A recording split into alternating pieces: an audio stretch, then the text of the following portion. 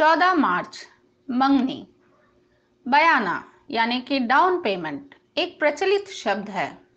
पौलुस के दिनों में इसका अर्थ था किसी वस्तु या संपत्ति के टुकड़े के अंतिम खरीद व गारंटी देने के लिए पेश की। पौलुस ने इफिसियों के मसीहियों को लिखने के लिए इस शब्द का इस्तेमाल किया और तुम पर भी प्रतिज्ञा किए हुए पवित्र आत्मा की छाप लगी। वह उसके मोल लिए हुओं के छुटकारे के लिए हमारी मिरास का बयाना है। इफिसियों की पत्री 1 अध्याय 13 से 14 पद।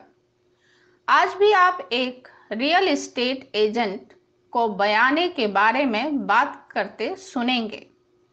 पवित्र आत्मा अपने बच्चों को यह गारंटी देने के लिए परमेश्वर की पहली किस्त है कि वह अपना काम पूरा करेंगे और अंततः उन्हें महिमा में लाएंगे। खरीदी गई वस्तु के छुटकारे की तुलना मसीह की वापसी पर देह के छुटकारे से की गई है। रोमियो 8 अध्याय 18 से 23 पद, 1 यूहन्ना 3 अध्याय 1 से 3 पद। शब्द बयाना का अनुवाद भी सगाई की अंगूठी से किया है। यूनानी में आज भी आप इस शब्द का इसी तरह इस्तेमाल होते हुए पाएंगे। क्या सगाई की अंगूठी का आश्वासन नहीं है? एक गारंटी की गई प्रतिज्ञा को पूरा किया जाएगा।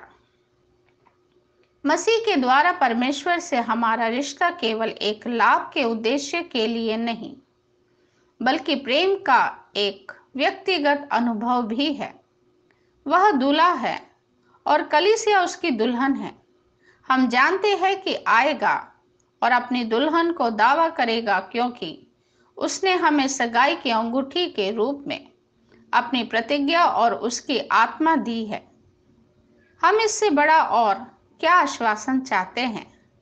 आज का वचन, उसी में तुम पर भी, जब तुमने सत्य का वचन सुना जो तुम्हारे उद्धार का सुसमाचार है और जिस पर तुमने विश्वास किया, प्रतिज्ञा किए हुए पवित्र आत्मा की छाप लगी। वह उसके मोल लिए हुओं के छुटकारे के लिए हमारी मिरास का बयान है कि उसकी महिमा की स्तुति हो। अन्य वचन, रोमियो 8 अध्याय 18 से 23 पद, 1 यूहन्ना 3 अध्याय 1 से 3 पद, इफिसियों 1 अध्याय 7 पद। व्यवहारिक कार्य, आज के इस भाग को किसी अन्य के साथ भी बांटें। यदि आप एक महिला है और खासकर अगर आप अविवाहित है, तो आप अंकित कर सकती हैं कि आपके पास परमेश्वर की ओर से एक सगाई की अंगूठी है। प्रभु आप सभी को आशीष दे। जय मसीह की।